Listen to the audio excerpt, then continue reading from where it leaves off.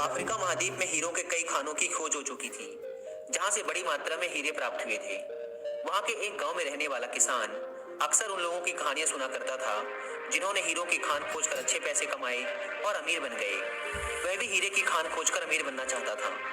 एक दिन अमीर बनने के सपने को साकार करने के लिए उसने अपना खेत बेच दिया और हीरों की खान की खोज में निकल पड़ा।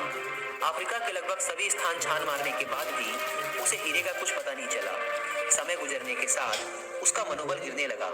उसे अपना अमीर बनने का सपना टूटता हुआ दिखने लगा। वह इतना हताश हो गया कि उसके जीने की तमन्ना ही समाप्त हो गई और एक दिन उसने नदी में कूदकर अपनी जान दे दी। इस दौरान दूसरा किसान, जिसने पहले किसान से उसका खेत खरीदा था, एक दिन उसी खेत के मध्य बहती छोटी नदी पर गया। अचानक उसे नदी के पानी में से इंद्रधनुषी प्रकाश फूटता दिखाई पड़ा। उसने ध्यान से देखा तो पाया कि नदी के किनारे एक पत्थर पर सूर्य की किरणें पड़ने से वह चमक रहा था। किसान ने झुककर वह पत्थर उठा लिया और घर ले आया। वह एक खूबसूरत पत्थर था। उसने सोचा यह सजावट के काम आएगा और उसने उसे घर पर ही सजा लिया। कई दिनों तक वह पत्थर उसके घर पर ही सजा रहा। एक दिन उसके घर उसका एक मित्र आया। उसने जब वह पत्थर देखा तो वह हैरान रह गया।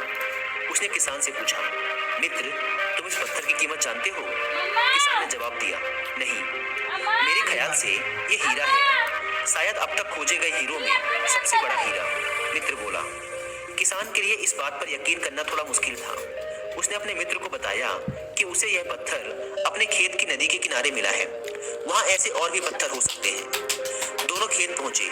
वहां से कुछ पत्थर नमूने के तौर पर चुन लिए, फिर उन्हें जांच के लिए भेजा। जब जांच रिपोर्ट आई तो किसान के मित्र की बात सच निकली। वे पत्थर हीरे ही थे। उस खेत में हीरों का भंडार था। वह उस समय तक खोजी गई सबसे कीमती हीरे की खदान थी। उस खदान का नाम है किम्बरले डायमंड माइंस, जो आज भी साउथ अफ्रीका में मौजूद है। दूसरा किसान उस खदान की वजह से मालामाल हो गया और पहला किसान अफ्रीका में दर दर भटका और अंत में जान दे दी, जबकि हीरे की खान उसके अपने खेत में उसके कदमों तले थी। दोस्तों, इस कहानी में हीरे पहले किसान के कदमों तले ही थे, लेकिन वह उन्हें पहचान नहीं पाया और उनकी खोज में भटकता रहा।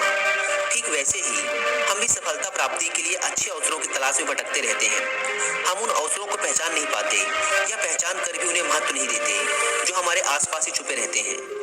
जीवन में सफल होना है तो आवश्यकता है बुद्धिमानी और परख से उन अवसरों को पहचानने की और धैर्य से लगातार कार्य करने की। इसके पश्चात हमारी सफलता निश्चित है।